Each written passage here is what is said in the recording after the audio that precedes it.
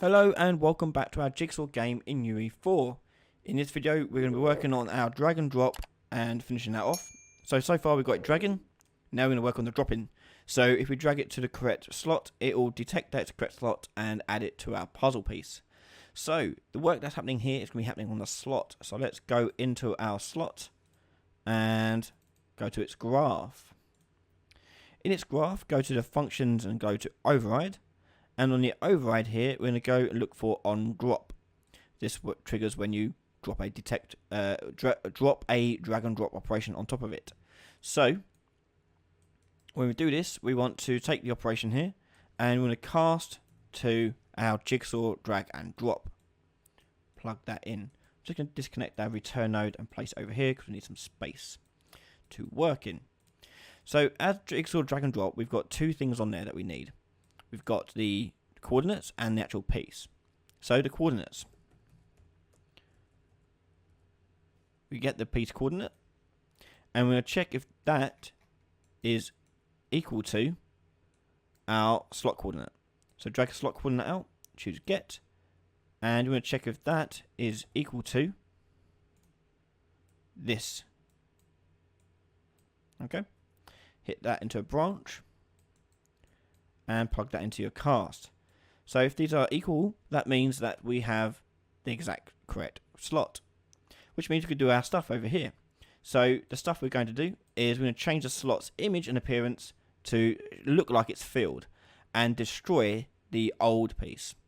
So we're going to go into here and create a dynamic instance, and this may look familiar. In fact, it will be very familiar. We just got to go and copy it from somewhere else. So let's go to our Jigsaw piece drag UI, go to the graph, and we're going to take all of this and copy that into our Jigsaw slot instead. And we just need to go in and take out the appropriate variables. So the Jigsaw material here, we're going to promote that to a variable. So right click on that and create variable, Jigsaw material. We then want to make sure number of pieces is okay. If it's not lit up, just right click and or replace it with your number of pieces that's here. You want that to be the same one here. Piece coordinate here is different from our slot coordinate. So I'm going to remove that and plug in our slot coordinate and split that. X into R, Y into G. Jigsaw material there, leave that like so. Jigsaw image, that's correct, leave it like so. And then we've got drag image, which we don't want there. Get rid of that. And we want to set that to the slot image instead. Okay. So that's that. The next thing we need to do is tell it to change some settings on here. So at the moment, our slot image has a padding. We're going to get rid of that padding. So drag your slot image out and set padding.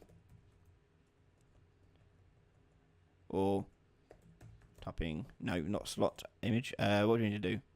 It is the size box slot. So you take out the slot image, slot as a size box slot. There we are. And then you can set the padding for that, sorry. Set padding. And you want the padding to be 0 basically. So drag out in padding, do make margin, and leave that all at 0. You then got to change your slot image's color and opacity here. So slot image, set color and opacity. And we're going to change the color and opacity to be 1 in the alpha. And we'll just change it to 1, 1, 1 for everything else. And then finally, we have to tell it to destroy the previous piece that we just dragged from. Now the piece we're coming from is coming from our cast here. So Jigsaw piece, drag and drop. So drag from there and get the piece. And we're going to promote that to a local variable. Piece. And plug that in to our cast path here. And then at the end here, I'm going to take my piece, choose get, and then from that, remove from parent. Plug that in, and then plug that into return value, and hit compile. And we'll hit it's true because it is correct. compile and save. So let's see how that looks. If I drag these out and try and get these correct. There we go. And it snaps it and makes it part of the actual image, removing it from our tray here.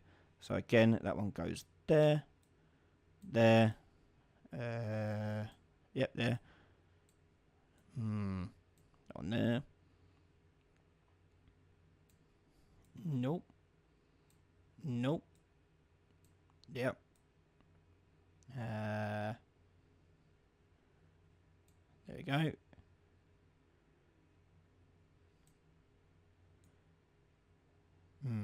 There we go.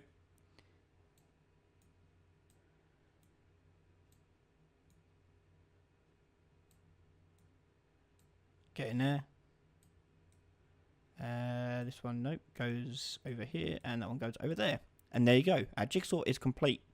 But we need to tell our game that we are done with the game and we're successful and won, and we do other stuff in it, more game-like. And that's what we do in our last episode. So we've now got a working jigsaw game. We now need to make it an actual playable thing where you can change, reset the map and reset the puzzle and various other things as well. So join us in the final episode over on patreon.com/RyanLady, where you can watch that episode plus loads more videos before anyone else on YouTube. Thank you to all my patrons for their continued support. It really is amazing, so thank you again so much. If you're watching this and you're not hit that subscribe button already, hit it. It really does help out. Thank you so much for watching, and I'll see you all next time. Bye everyone.